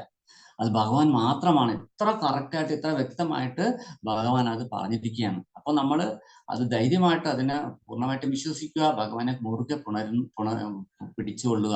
തീർച്ചയായിട്ടും നമുക്ക് ഭഗവാന്റെ അടുത്തിലേക്ക് ഈ ജനന മരണ ചക്രങ്ങളും ഈ ദുഃഖങ്ങളും ദുരിതങ്ങളും രോഗങ്ങളും അസുഖങ്ങളും പ്രശ്നങ്ങളും ടെൻഷനുകൾ ഒന്നുമില്ലാത്ത ഭഗവാന്റെ ധാമത്തിലേക്ക് നമുക്ക് വളരെ വേഗം തന്നെ തിരിച്ചു പോകാം. അപ്പം നമ്മൾ ഭഗവാൻ ഇല്ലാതെ മറ്റാരും തന്നെ രക്ഷിക്കാനില്ലാത്ത ആ ഒരു ബോധത്തിലായിരിക്കണം നമ്മൾ ഭഗവാനെ സറണ്ടർ ചെയ്യേണ്ടത്, ഭഗവാനെ ശരണം പ്രാപിക്കേണ്ടത്. അപ്പോഴാണ് നമുക്ക് ആത്മസമർപ്പണം എന്ന് പറയുന്നത്. ഇപ്പോൾ നമുക്ക് പുരാണത്തിൽ തന്നെ പാഞ്ചാലിയുടെ ജീവിതത്തിൽ 2-3 സംഭവങ്ങൾ നമുക്ക് നോക്കി അറിയാം. പാഞ്ചാലി ഈ ദുർവാസാവ് മുനി വരുമ്പോൾ ദുര്യോധനൻ പറഞ്ഞയച്ചതാണ്. ഇവര് ആഹാരം കഴിച്ചതിന് ശേഷം വന്നിട്ട് അദ്ദേഹം ആഹാരം ചോദിക്കുന്നതും 1000 ശിഷ്യന്മാരോടൊപ്പമാണ് വരുന്നത്. അപ്പോ അക്ഷയപാത്രം കഴുകി വെച്ചു കഴിഞ്ഞാൽ പിന്നെ ഒന്നും ഉണ്ടാക്കാൻ പറ്റില്ല. അപ്പോൾ ഇവരെല്ലാം ഈ ആഹാരം കഴിച്ച് പഞ്ചപാണ്ഡവർ ആഹാരം എല്ലാം കഴിച്ച് അക്ഷയപാത്രം കഴുകി വെച്ച സമയത്ത് നോക്കിയാണ് ദുർവാസാവ് അങ്ങോട്ട് വരുന്നത്. അപ്പോ എന്തുപറ്റി? ധർമ്മപുത്ര ഇതറിയാതെ വരണം, പെട്ടെന്ന് തന്നെ നമുക്ക് ആഹാരമൊക്കെ കഴിക്കാം, അങ്ങ് പോയി കുളിച്ചിട്ട് വന്നാലും എന്ന് പറയും. അങ്ങനെ മുന്നിൽ ശിഷ്യന്മാരോടൊപ്പം കുളിക്കാൻ പോവും. ധർമ്മപുത്രർ ഓടി പാഞ്ചാലിയുടെ അടുത്ത് പറയും, വീണ്ടും അക്ഷയപാത്രത്തിലൂടെ ഇവർക്ക് വേണ്ട ആഹാരം റെഡിയാക്കിക്കൊള്ളാൻ പറയും. അപ്പോഴാണ് ദ്രൗപദി പറയും, അയ്യോ ഇതെല്ലാം കഴുകി മാറ്റി വെച്ചു പോയല്ലേ, ഇനിയിപ്പോ ഒന്നും ഉണ്ടാവില്ല, ഇന്ന് നാളെ ഉണ്ടാക്കാൻ പറ്റുള്ളൂ എന്ന് പറയും. അപ്പം അയ്യോ ഇനിയിപ്പം അദ്ദേഹം അവരും ശിഷ്യരും മുനിയും വന്നു കഴിഞ്ഞാൽ എന്ത് കൊടുക്കും എന്നുള്ള ചോദ്യം വരുമ്പോൾ ദ്രൗപദി അറിയാം, ഇനി ഒന്നാമത് ഈ കാട്ടിൽ കിടന്ന് കഷ്ടപ്പെടുന്നു, അതിന്റെ കൂടെ ഇനി മുനിയുടെ ശാപം കൂടെ ഏറ്റുവാങ്ങാൻ വയ്യ അവർക്ക്. അതുകൊണ്ട് കരളുരുകി ഭഗവാനെ പ്രാർത്ഥിച്ച് നിലവിളിക്കും. കുറച്ചു കഴിയുമ്പോൾ അതുവഴി ഭഗവാൻ ഒന്നും അറിയാത്ത മട്ടിൽ ഭഗവാൻ അവിടെ വരുന്നു. വളരെ വിശപ്പോടുകൂടി എനിക്ക് വരികയാണ്, ദ്രൗപദി എന്തെങ്കിലും തരൂ എന്ന് പറയുമ്പോൾ ദ്രൗപദി പറയും, കൊള്ളാം, ഇവിടെ എന്തെങ്കിലും ഉണ്ടാണ്, ഞാൻ അങ്ങനെ വിളിച്ചുകൊണ്ടിരിക്കുകയായിരുന്നു ഇത്രയും നേരമായിട്ട്, ഇവിടെ ഒന്നുമില്ല, ആ ദുർവാസാവും ശിഷ്യരും വന്നിട്ടുണ്ട്, അവരെ കുളിക്കാൻ പോയിരിക്കുന്നു, അവർ വരുമ്പോൾ എന്ത് കൊടുക്കണമെന്ന് എനിക്ക് അറിയില്ല, അതുകൊണ്ട് അങ്ങ് എന്തെങ്കിലും ഒരു ഉപായം കാണണം എന്ന് പറയും. അപ്പോൾ പറയും, ഇല്ല എനിക്കാണെങ്കിൽ അതിനെക്കാട്ടി വിശപ്പ്, നീ നോക്ക് എന്തെങ്കിലും ഉണ്ടാവും. ഇല്ല ഒന്നുമില്ല, ഞാൻ കഴുകി വെച്ച് പോയി. ഇല്ലല്ല എന്തായാലും പാത്രം അഞ്ഞെടുത്തുകൊണ്ട് പോകാന്ന് പറയും. അങ്ങനെ അക്ഷയപാത്രം എടുത്തുകൊണ്ട് വരുമ്പോൾ അതിലൊരു ചീരയില ഇരിപ്പുണ്ടാവും. അപ്പം ഭഗവാൻ പറയുന്ന ആ ഒരു ചീര ഇരിപ്പുണ്ടല്ലോ, പിന്നെ എന്നാ അത് ഞാൻ തരുമെന്ന് പറയും. അങ്ങനെ ഭഗവാൻ ആ ചീരയില കഴിക്കും. കഴിക്കുമ്പോൾ എന്താ പറ്റുന്നത്? ഭഗവാൻ തൃപ്തനാവുമ്പോൾ ഈ സർവ്വലോകവും തൃപ്തരാകും, എല്ലാ ജീവാത്മാക്കളും തൃപ്തരാകണം. ദുർവാസാവു എത്രയോ വലിയ സദ്യ കഴിച്ചതുപോലെ വയറൊക്കെ നിറഞ്ഞ് ഈ കുളിക്കാനും വയ്യ, കരയൊക്കെ തിരിക്കാനും വയ്യ, നിൽക്കാനും വയ്യാത്ത ഒരവസ്ഥയാവും. ഏമ്പക്കം വിടും, ആകെ വല്ലാത്തൊരവസ്ഥ, വയറെല്ലാം വീർത്ത് അങ്ങനെ ഒരു വിഷമിച്ച് നിൽക്കുക. അപ്പൊ ഇനിയിപ്പോ പാണ്ഡവരുടെ അടുത്തേക്ക് പോയാൽ ഒന്നും കഴിക്കാൻ പറ്റില്ല. ഇപ്പം തന്നെ വയറ് ഇങ്ങനെ ബലൂണ് പോലെ വീർത്തിരിക്കണം. എന്ത് ചെയ്യും എന്ന് വിചാരിച്ച് അവരെ മിണ്ടാതെ വേറൊരു വഴി കൂടെ ഓടിക്കളയും. അങ്ങനെ ഭഗവാൻ ഇവരെ ദുർവാസാവിന്റെ ശാപത്തിൽ നിന്ന് രക്ഷിക്കുകയാണ് ചെയ്തത്. അപ്പോ ഇവിടെ എന്താ പറയണ,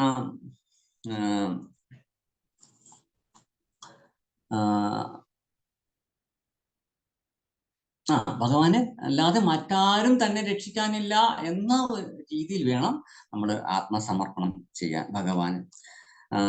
നാം നിരന്തരം മായയാൽ തൊഴിക്കപ്പെടുന്നു എന്നത് ഒരു വാസ്തവമാണ്. ആൺകഴുത ഇണചേരാൻ ചെല്ലുമ്പോൾ പെൺകഴുതയാൽ മുഖത്ത് തൊഴിക്കുന്നത് പോലെ, അതുപോലെ പൂച്ചകളും നായകളും ഇണചേരുമ്പോൾ എല്ലായ്പ്പോഴും പൊരുതുകയും കഠോര ശബ്ദം പുറപ്പെടുവിക്കുകയും ചെയ്യുന്നു. ഇവിടെ കഴുതയുടെ ഒരു ഉദാഹരണം കൊടുത്തിട്ടുണ്ട്. കഴുതകള് ഇണചേരാൻ പോകുമ്പോൾ ഇതുപോലെയാണ്. പെൺകഴുത പുറം കാലുകൊണ്ട് അടിക്കും, ചവിട്ടും. ഈ ചവിട്ട് പച്ചോ എന്ന് പറഞ്ഞുകൊണ്ട് ആൺകഴുതയുടെ താടി എല്ലി വന്ന് അടിക്കും. പക്ഷെ എത്ര അടി കൊണ്ടാലും ഈ നാണം കെട്ട ആൺകഴുത വീണ്ടും വീണ്ടും ഈ പെൺകഴുതയുടെ പുറകിലേക്ക് ചെല്ലും. വീണ്ടും വീണ്ടും പെൺകഴുത കാല് മടക്കി പുറം കാലിന് തൊഴിക്കും. അടി പടാം പടാം ഭയങ്കര സൗണ്ടാണ് അത്. അപ്പോ അങ്ങനെ എത്ര ഈ പറയുന്ന മായയുടെ പ്രകടനമേറ്റാലും നമ്മൾക്ക് ഒരു മാറ്റം ഉണ്ടാവില്ല. നമ്മൾ മായയിൽ നിന്നും രക്ഷപ്പെടാനോ അല്ലെങ്കിൽ ഭഗവാനിലേക്ക് ശ്രദ്ധ തിരിക്കാനോ നമ്മൾ മുതിരാറില്ല എന്നുള്ളതാണ് ഇവിടെ പറയുന്നത്. കാട്ടാനയുടെ കാര്യം കൂടി പറയുന്നുണ്ട്. ഒരു കാട്ടാനയെ പോലും പിടിക്കുന്നത് അതിനെ വാരിച്ചുഴിയിലേക്ക് നയിക്കാൻ പരിശീലിപ്പിക്കപ്പെട്ട പിടിയാനയെ ഉപയോഗിച്ചാണ്. പ്രകൃതിയുടെ ഈ തന്ത്രങ്ങൾ നിരീക്ഷിച്ച് നാം പഠിക്കണം. അപ്പോൾ ആനയെ പോലും കരയിലെ ഏറ്റവും വലിയ മൃഗമാണ് ആന. ആ ആനയെ ഒരു നിസാരം ഒരു പെണ്ണാനയെ കൊണ്ടാണ് ചതിയിൽ വാരിക്കുഴി ഉണ്ടാക്കി ആൾക്കാരെ പിടിക്കുന്നത്. അപ്പൊ അത്ര മാത്രം മായയുടെ ഏറ്റവും വലിയ ഒരു എന്താ പറയാ തന്ത്രമാണ് ഈ സ്ത്രീ എന്ന് പറയുന്നത്. അപ്പം ഈ പെണ്ണാനയെ വെച്ചാണ് ഈ വലിയ വലിയ ആണാനകളെ ഒരു വാരിക്കുഴിയിൽ വീഴ്ത്തി പിടിപ്പിക്കുന്നത്. മായയ്ക്ക് നമ്മെ കുരുക്കിലാക്കാൻ ധാരാളം മാർഗങ്ങളുണ്ട്. അവളുടെ ഏറ്റവും ശക്തമായ വിലക്ക് സ്ത്രീയാണ്. വാസ്തവത്തിൽ നാം സ്ത്രീയോ പുരുഷനോ അല്ല. ഈ പദവികളെല്ലാം ബാഹ്യമായ വേഷത്തെ അഥവാ ശരീരത്തെ മാത്രമാണ് പരാമർശിക്കുന്നത്. നാം എല്ലാവരും യഥാർത്ഥത്തിൽ കൃഷ്ണന്റെ സേവകരാണ്. പക്ഷേ ബദ്ധജീവിതത്തിൽ നാം സുന്ദരികളായ സ്ത്രീകളുടെ രൂപത്തിലുള്ള ഇരുമ്പ് ചങ്ങലയാൽ ബന്ധിക്കപ്പെടുന്നു.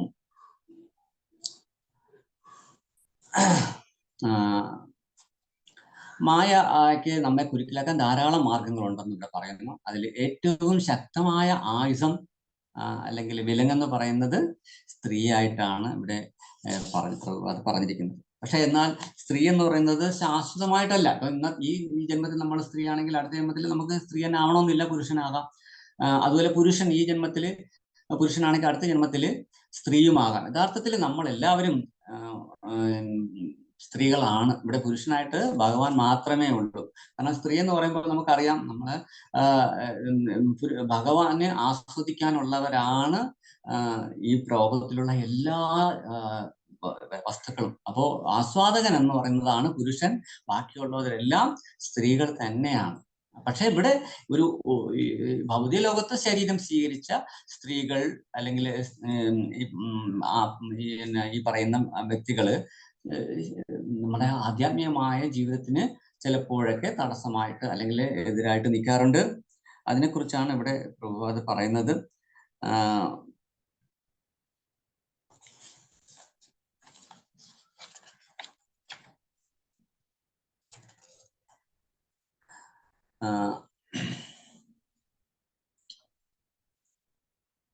ആധ്യാത്മയാത്ര പലരുടെയും വഴിമുടക്കി ഈ പ്രധാന പ്രശ്നങ്ങളായിട്ട് മാറുന്നത് സ്ത്രീകൾ തന്നെയാണ്. പുരാണങ്ങളിൽ തന്നെ നമുക്ക് ദേവേന്ദ്രന്റെ ഒക്കെ എന്താ പ്രധാനമായിട്ടുള്ള ഒരു ആയുധമായിട്ട് സ്ത്രീകളെ കൊണ്ടുവരുന്നത് നമുക്ക് പുരാണങ്ങളിൽ കാണാൻ കഴിയും. വലിയ വലിയ മഹർഷിമാരൊക്കെ തപസ്സിരിക്കുമ്പോൾ അവരുടെ തപസ്സിനെ നിന്നും അവരെ മാറ്റാനായിട്ട്, തപസ്സിനെ മുടക്കാനായിട്ട് ദേവേന്ദ്രൻ പ്രയോഗിക്കുന്ന അറ്റകൈ പ്രയോഗം എന്ന് പറയുന്നത് സ്ത്രീകളെ തന്നെയാണ്. അപ്പം രംഭ, തിലോത്തമ, മേനക, ഇങ്ങനെയൊക്കെയുള്ള ധാരാളം സ്ത്രീകളെ ദേവേന്ദ്രൻ തൻ്റെ ആയുധമാക്കാറുണ്ട്. പക്ഷെ ദേവേന്ദ്രൻ ഒരിടത്ത് തോറ്റുപോയി. എവിടെയെന്ന് വെച്ചാൽ നരനാരായണന്മാര് ഒരിക്കൽ ബദരിക ആശ്രമ പരിസരത്ത് അവർ തപസ്സിരിക്കുകയായിരുന്നു. ആ സമയത്ത് ഇതുപോലെ വർഷങ്ങളോളം തപസ് ചെയ്തപ്പോൾ ദേവേന്ദ്രന് സ്വാഭാവികമായിട്ട് ഒരു പേടി ഉണ്ടാവും. എന്താണ്, തൻ്റെ അധികാരത്തിന് വേണ്ടിയാണോ, തൻ്റെ ദേവലോകത്തിന്റെ അധിപതിയാകാൻ വേണ്ടിയാണോ ഇവർ തപസ്സിരിക്കുന്നത് എന്നുള്ള ചിന്തയെ ആര് തപസ്സിരുന്നാലും ദേവേന്ദ്രന്റെ ഉള്ളിലുണ്ടാവും. ഒരു വല്ലാത്ത പേടിയാണ്. മന്ത്രിമാർക്ക് കൂടെയുള്ള അല്ലെങ്കിൽ പ്രതിപക്ഷം പാരവയ്ക്കുമോ, അല്ലെങ്കിൽ കൂടെയുള്ള ആൾക്കാർ നേതാക്കന്മാർ പാരവയ്ക്കുന്ന ചിന്ത ഉള്ളതുപോലെ ദേവേന്ദ്രനും ഇങ്ങനെയുള്ള പേടിയുണ്ടായിരുന്നു. അംബരീഷ മഹാരാജാവിനെ കൊല്ലാനൊക്കെ ദുർവാസാവിനെ അയച്ചത് ദേവേന്ദ്രനാണ്. അപ്പൊ അതുപോലെ നരനാരായണ മുനിമാരുടെ മുമ്പിലേക്കും ഇവര് ഈ പറയുന്ന കാമദേവനെയും രതിദേവിയും കൂടാതെ ഈ മേനക, രംഭ, തിലോത്തമ അവരെയൊക്കെ അയച്ചു. എന്നിട്ടും ഇവർക്ക് ഒരു കുലുക്കം ഉണ്ടായില്ല. എന്ന് മാത്രമല്ല, നാരായണ ഋഷി തൻ്റെ തുടയിൽ അടിച്ച് ആ തുടയിൽ നിന്നും അതിമനോഹരമായിട്ടുള്ള ഈ പറയുന്ന ദേവലോകത്തെ അപ്സരസ്സുകളെക്കാൾ 10,000 മടങ്ങ് സുന്ദരിയായിട്ടുള്ള ഉർവശി എന്ന് പറയുന്ന ഒരു അപ്സരസ്ത്രീയെ സൃഷ്ടിച്ച് ദേവേന്ദ്രന് കൊണ്ടുപോയിക്കോളാൻ പറയും. ഞങ്ങൾക്ക് നിന്റെ ഈ ഇതൊന്നും ഞങ്ങൾക്ക് കണ്ടിട്ട് ഒന്നും തോന്നുന്നില്ല, ഞങ്ങളുടെ ഉദ്ദേശം നിന്റെ ദേവലോകവുമല്ല, അതുകൊണ്ട് നിനക്ക് ഇതും കൊണ്ട് പോയിക്കോളാൻ പറയും. അങ്ങനെ ദേവേന്ദ്രൻ നാണം കെട്ട് പോകുന്നതായിട്ട് പുരാണം പറയുന്നുണ്ട്. അപ്പോ ഇവിടെ മായയുടെ ഏറ്റവും വലിയ ശക്തമായിട്ടുള്ള ഒരു വിലങ്ങെന്ന് പറയുന്നത് സ്ത്രീയായിട്ടാണ് ഇവിടെ പ്രതിപാദിച്ചിരിക്കുന്നത്. അതുകൊണ്ട് ഭൗതിക ബന്ധത്തിൽ നിന്ന് മോചനം നേടാൻ കാക്ഷിക്കുന്ന ഒരുവൻ ആദ്യം ലൈംഗിക തൃഷ്ണയെ നിയന്ത്രിക്കാൻ പഠിക്കണം. അനിയന്ത്രിതമായ ലൈംഗിക ആകർഷണം ഒരുവനെ പൂർണ്ണമായിട്ടും മായയുടെ കുരുക്കുകളിൽ അകപ്പെടുത്തുന്നു. ഭഗവാൻ ചൈതന്യ മഹാപ്രഭു ഈ മായയെ അവിടുത്തെ 24ാമത്തെ വയസ്സിൽ പരസ്യമായി ഉപേക്ഷിച്ചു. അപ്പോ ചൈതന്യ മഹാപ്രഭു തൻ്റെ 24ാമത്തെ വയസ്സിൽ ആണ് അദ്ദേഹം സന്യാസം സ്വീകരിക്കുന്നത്. ആലോചിച്ച് നോക്കണം, 24 വയസ്സ്. അദ്ദേഹം വളരെ ചെറുപ്രായമാണ്. ലോകത്തിന്റെ നന്മയ്ക്ക് വേണ്ടി, ജനങ്ങളുടെ എന്താ പറയാ, ജനങ്ങളെ മാറ്റിമറിക്കാൻ വേണ്ടി, ഒരു ഭക്തൻ എങ്ങനെ ആകണമെന്ന് ലോകത്തിന് കാട്ടിക്കൊടുക്കാൻ വേണ്ടി അദ്ദേഹം തൻ്റെ പത്നിയായ വിഷ്ണുപ്രിയയ്ക്ക് അന്ന് 16 വയസ്സാണ്. തൻ്റെ അമ്മയായ മാതാവായ ശചിദേവിക്ക് 70 വയസ്സുള്ള സമയത്ത് അദ്ദേഹം സന്യാസം സ്വീകരിച്ചു. ആർക്ക് വേണ്ടിയാണ്? ഈ ലോകത്തിന് വേണ്ടിയാണ്. യഥാർത്ഥത്തിൽ ചൈതന്യ മഹാപ്രഭു ലോകർക്ക് വേണ്ടിയാണ് അദ്ദേഹം ഇങ്ങനെ തൻ്റെ ജീവിതത്തിനെ സന്യാസം സ്വീകരിച്ച് ആൾക്കാർക്ക് ഒരു പാഠമായിട്ട് കാണാനായിട്ട്, എങ്ങനെയായിരിക്കണം ഭക്തൻ, ഭക്തനെ ഇത് പറഞ്ഞ ഭൗതികമായിട്ടുള്ള ഒന്നിനും ഒരു ആസക്തി പാടില്ല. ഭഗവാന്റെ സേവ, ഭഗവാന്റെ ഭക്തി, അതിനു വേണ്ടി തൻ്റെ ജീവിതം തന്നെ മാറ്റി വെക്കണം എന്നുള്ള ചിന്ത ലോകർക്ക് കാട്ടിക്കൊടുക്കലാണ് അദ്ദേഹം ചെയ്തത്. അവിടുത്തെ പത്നിക്ക് 16 വയസ്സേ ഉണ്ടായിരുന്നുള്ളൂവെങ്കിലും മാതാവിന് 70 വയസ്സായിരുന്നെങ്കിലും അവിടുന്ന് ആ കുടുംബത്തിലെ ഏകപുരുഷനായിരുന്നിട്ടും, ഒരു ബ്രാഹ്മണനെങ്കിലും ധനികനല്ലായിരുന്നിട്ടും അവിടുന്ന് സന്യാസം സ്വീകരിക്കുകയും കുടുംബ ബന്ധനത്തിൽ നിന്ന് സ്വയം വിട്ടുനിൽക്കുകയും ചെയ്തു. അമ്മയ്ക്ക് 70 വയസ്സേ ഉള്ളൂ. ഏക ആൺതരിയാണ്. ഒരു പുത്രനേ ഉള്ളൂ. ഒരു പുത്രൻ ഉണ്ടായിരുന്നു, വിശ്വരൂപൻ. അദ്ദേഹം ഈ ചെറുപ്പത്തിലേ തന്നെ അദ്ദേഹവും സന്യാസം സ്വീകരിച്ച് അദ്ദേഹം നാട് വിട്ടുപോയി. അദ്ദേഹം പിന്നെ ഉള്ളത് ചൈതന്യ മഹാപ്രഭു നിമായി ആയിരുന്നു. നിമായിയാണ് ആദ്യം ലക്ഷ്മിപ്രിയ വിവാഹം കഴിക്കുന്നു. ലക്ഷ്മിപ്രിയ പാമ്പ് കടിയേറ്റ് മരണമടയുന്നു. അത് കഴിഞ്ഞിട്ട് വിഷ്ണുപ്രിയ മാതാജി കല്യാണം കഴിക്കുന്നു. അത് കഴിഞ്ഞിട്ട് അദ്ദേഹം ദീക്ഷ സ്വീകരിക്കുന്നു.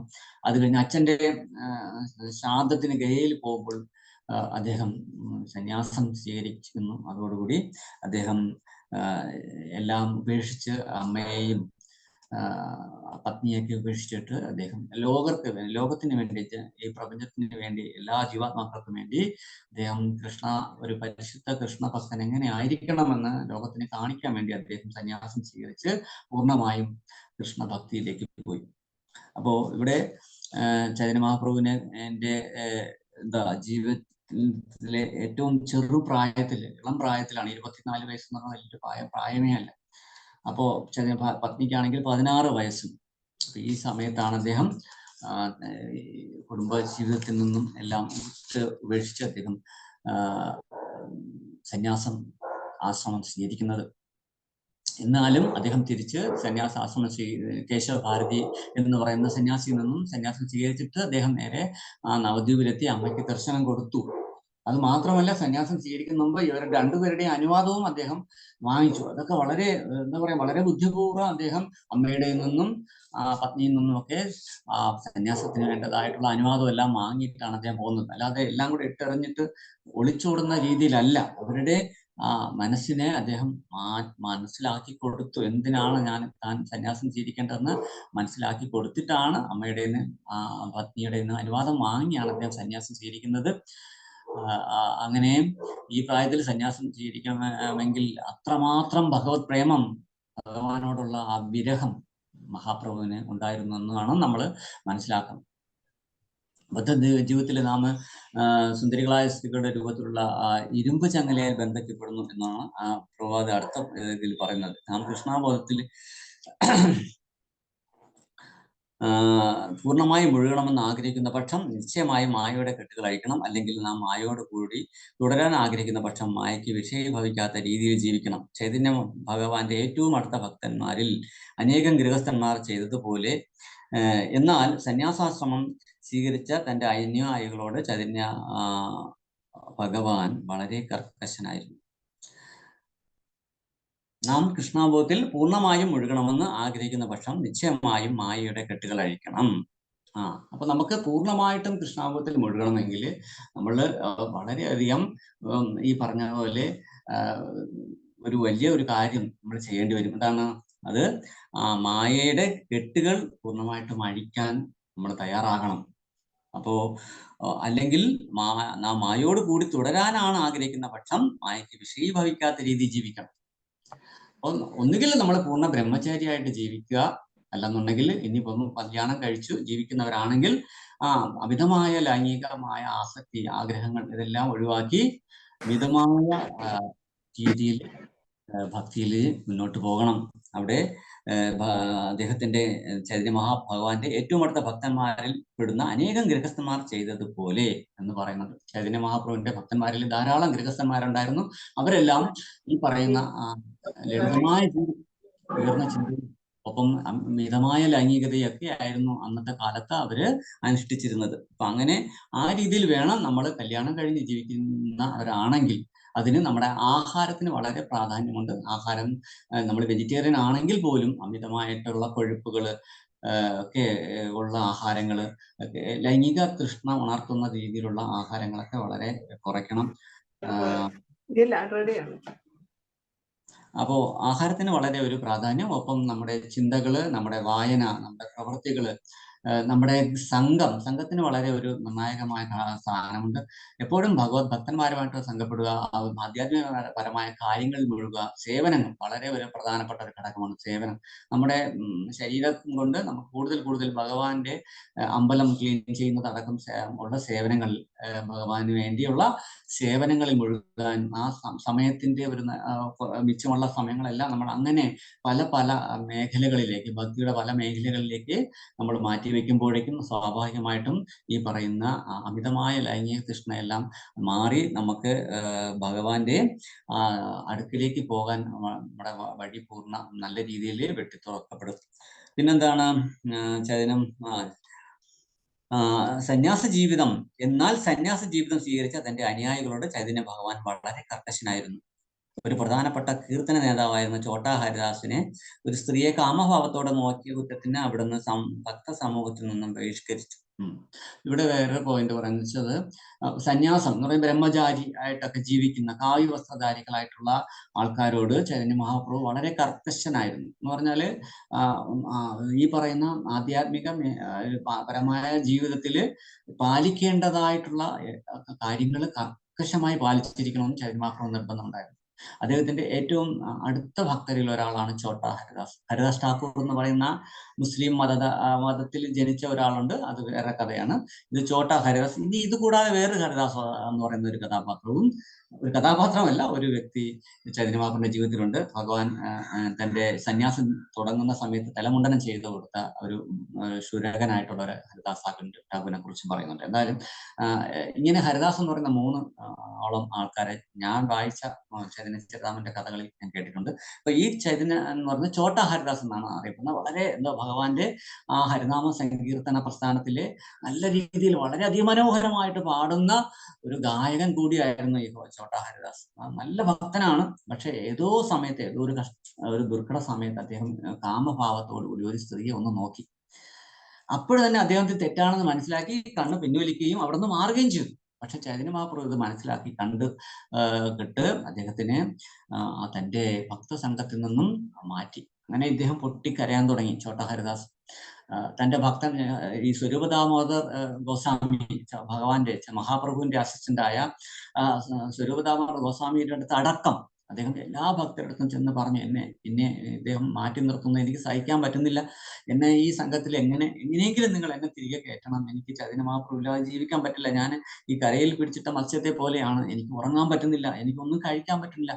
എന്നെ എങ്ങനെയെങ്കിലും ചൈതന്യ മഹാപ്രഭുവിന്റെ ആ സംഘത്തിൽ ഏർപ്പെടുത്താൻ നിങ്ങൾ ഒന്ന് മഹാപ്രഭുവിനോട് പറയണം എന്ന് പറഞ്ഞു. പക്ഷെ ചൈതന്യ മഹാപ്രഭു വളരെ കർക്കശമായിട്ട് പറഞ്ഞു, നിങ്ങൾക്ക് ഇവിടെ പറയുന്നുണ്ട്, നിങ്ങളെല്ലാവരും അവനോട് ക്ഷമിക്കുകയും അവനോടൊപ്പം ജീവിക്കുകയും ചെയ്തുകൊള്ളുക, ഞാൻ തനിച്ച് ജീവിച്ചു കൊള്ളാം എന്നാണ് ചൈതന്യ മഹാപ്രഭു അതിന് കൊടുത്ത മറുപടി. ഇവരെല്ലാവരും അദ്ദേഹത്തിന് വേണ്ടി, ഛോട്ടാ ഹരിദാസിന് വേണ്ടി ഭഗവാനോട് മഹാപ്രഭുവിനോട് പറഞ്ഞു, എങ്ങനെയെങ്കിലും അദ്ദേഹത്തിന് ഒരു തെറ്റുപറ്റി, അദ്ദേഹത്തിന് അതിൽ കുറ്റബോധം കൊണ്ട് പശ്ചാത്താപിക്കുകയും ചെയ്തു. എങ്ങനെയെങ്കിലും അദ്ദേഹത്തിനെ തിരികെ നമ്മുടെ സംഘത്തിലേക്ക് ചേർക്കണം. ചൈതന്യ മഹാപ്രഭു പറഞ്ഞില്ല, ഞാൻ ഒരിക്കലും, നിങ്ങൾക്ക് വേണമെങ്കിൽ നിങ്ങൾ ക്ഷമിക്കുകയോ നിങ്ങൾ പുള്ളിയുടെ അദ്ദേഹത്തിന്റെ കൂടെ കഴിയുകയോ ചെയ്തോളൂ, പക്ഷെ ഞാന് ഒരിക്കലും അത് ക്ഷമിക്കാനും പോകുന്നില്ല, ഞാൻ തനിച്ച് ജീവിച്ചു കൊള്ളാം എന്ന് പറയും. നേരെ മറിച്ച് തന്റെ ഗൃഹസ്ഥ ഭക്തരിൽ ഒരാളുടെ പത്നി ഗർഭിണിയാണെന്ന് അറിഞ്ഞ മഹാപ്രഭു ആ കുട്ടിക്ക് മംഗളകരമായ ഒരു പ്രത്യേക പേര് നൽകണമെന്ന് നിർദ്ദേശിക്കുകയുണ്ടായി. ഇതേ സമയത്ത് തന്നെ ഭഗവാന്റെ പരിശുദ്ധ ഭക്തരിൽ ഒരു ഗൃഹസ്ഥന്റെ പത്നി ഇങ്ങനെ ഗർഭിണിയാണെന്ന് അറിഞ്ഞപ്പോൾ ചൈതന്യ മഹാപ്രഭു തന്റെ കൂടെയുള്ള ഭക്തവൃന്ദത്തിനടുത്ത് പറഞ്ഞു, നിങ്ങൾ എല്ലാവരും നല്ലൊരു പേര് കണ്ടെത്തിക്കോളൂ. നമ്മുടെ ഇദ്ദേഹത്തിന്റെ പത്നി ഗർഭിണിയാണ്, ഉടനെ പ്രസവിക്കുക. അപ്പോൾ ആ കുട്ടിക്ക് നല്ലൊരു പേര്, നിങ്ങൾ ആൺകുട്ടിക്ക് പറ്റിയ പേരും പെൺകുട്ടിക്ക് പറ്റിയ പേരൊക്കെ കണ്ടെത്തി വെച്ചോളൂ. ആ കുഞ്ഞ് പുറത്തു വരുമ്പോൾ നമുക്ക് അതിന് നല്ലൊരു പേരൊക്കെ ഇടാം എന്ന് ചൈതന്യ മഹാപ്രഭു പറഞ്ഞു ഇവിടെ കാണിക്കുന്നുണ്ട്. അതുകൊണ്ട് ഭഗവാൻ ഗൃഹസ്ഥർക്ക് നിയന്ത്രിതമായ ലൈംഗിക ജീവിതം അംഗീകരിച്ചിരുന്നെങ്കിലും സന്യാസ ജീവിതം നയിക്കുമ്പോൾ ഉപവാസ ദിനത്തിൽ സ്നാനം ചെയ്യുമ്പോൾ ജലത്തിനടിയിൽ വെച്ച് ജലപാനം നടത്തുന്ന രീതിയിൽ വഞ്ചന നടത്താൻ ശ്രമിക്കുന്നവർക്കെതിരെ ഇടിമിന്നൽ പോലെയായിരുന്നു. മറ്റൊരു വിധത്തിൽ പറഞ്ഞാൽ തന്റെ അനുയായികൾക്കിടയിൽ യാതൊരു കാപട്യവും മഹാപ്രഭു സഹിച്ചിരുന്നില്ല. അപ്പൊ മഹാപ്രഭു ഗൃഹസ്ഥ ഭക്തർക്ക് ചെറിയ ഇളവ് അനുവദിച്ചിരുന്നെങ്കിലും ബ്രഹ്മചാരികൾക്കും സന്യാസിമാർക്കും ഒട്ടും ഇളവ് അനുവദിച്ചിരുന്നില്ല. വളരെ കർക്കശമായിരുന്നു. അവിടെ ഈ എന്താ പറയാ, ഭഗവാനെ പറ്റിക്കുന്ന പോലെയുള്ള രീതിയിൽ ആരെങ്കിലും മുന്നോട്ട് വന്നാൽ അദ്ദേഹം അത് സഹിക്കില്ല. അപ്പോ അത് ഇവിടെ ചൈതന്യ മഹാപ്രഭുവിന്റെ ഇതില് പ്രഭുപാദ എടുത്ത് പറഞ്ഞിട്ടുണ്ട്. നമുക്ക് ഇന്ന് സമയമായിട്ടുണ്ടെന്ന് തോന്നുന്നു. ഹരേ കൃഷ്ണ. ഹരേ കഥാമൃത പ്രഭു, സമയമായോ?